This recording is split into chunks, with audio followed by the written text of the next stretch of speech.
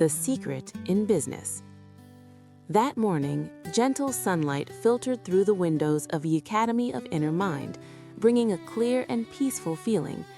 I had an appointment with the master to explore a realization I had recently awakened to: desire and expectation, the forces that dictate every aspect of life.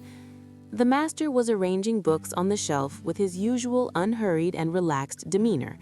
I bowed in greeting and said, "Master, I have realized that all human decisions seem to revolve around the factors of wealth, beauty, fame, food, and rest. Are they guided by desire and expectation?" The master paused, looked at me, and slowly replied, "That is an excellent question. Desire and expectation are the focal points of human nature. They are the root of what humans pursue. But do you know why desire and expectation are so important?" I shook my head, listening to every word. He continued, "Human beings cannot live without desires and expectations, but what matters is what you desire and expect, and how you navigate them. It is the desire and expectation for wealth, beauty, fame, food, and rest that will guide all your actions, decisions, and ultimately the results of your life." The master smiled and asked, "Have you noticed that every business industry in this world revolves around satisfying human desires and expectations?" Surprised, I softly asked, "Master, so every business exists just to satisfy those desires?"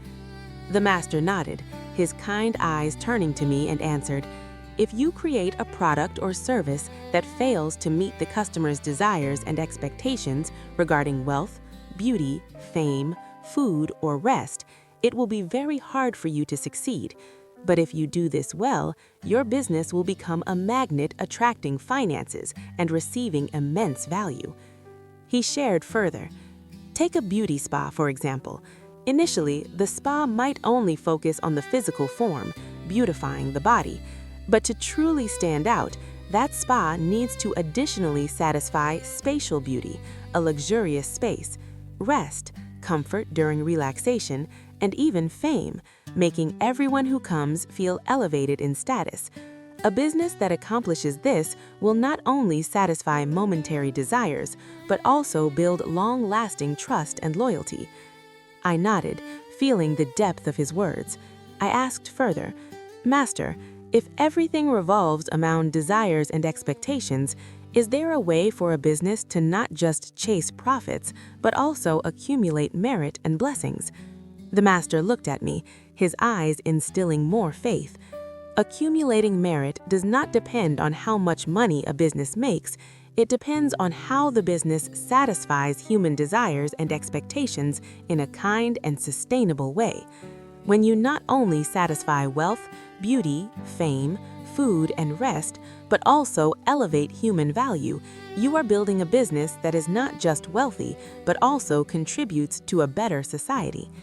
He paused for a moment, then continued, "For instance, a luxury hotel is not just a place to sleep, rest. That hotel also creates a unique experience, from a plush bed to a high-class meal, food, a luxurious ambiance, beauty, and ultimate prestige, fame. That is how you fully satisfy the desires and expectations of your customers." I felt everything gradually becoming clear, then asked, "Master, how do we clearly understand the desires and expectations of our customers?" The master smiled and replied, "You need a deep understanding of human nature, know what they crave, what they fear losing, and how to fulfill those things most completely. Every product and service you offer must be designed not just to solve a problem, but to elevate emotions, experiences, and value for the user." He advised, "But remember, do not satisfy desires and expectations merely to exploit value. Use it to create value. When you do that, money, merit, and success will naturally converge upon you." I absorbed every word, but something remained unclear. I asked, "Master, how should I orient desires and expectations in my family life?" He answered gently, "When you look at your life partner, ask yourself, what is this person yearning for?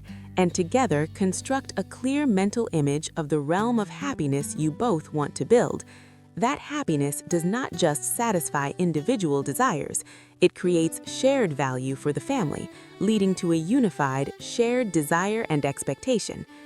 I pondered, then asked, "But Master, how can we harmonize the differing desires and expectations between two people?" He replied, "You do not need to abandon your personal desires, you just need to adjust them. By listening to each other, you will realize that even though each person's desires may seem different, they always have an intersection point, the mutual desire to build a better life, such as achieving holistic wealth. Find that intersection and make it the focal point of your shared mental image." The Master concluded, "Remember, when you understand and respect the desires and expectations of others, you not only create happiness for them, but you also find peace and fulfillment within yourself." Stepping out of the academy at Inner Mind, I carried in my heart the belief that all differences can be harmonized if people share the same aspiration, the same path, the same desire and expectation, to enrich oneself, to master one's life, to become and to transform. That feeling was truly serene.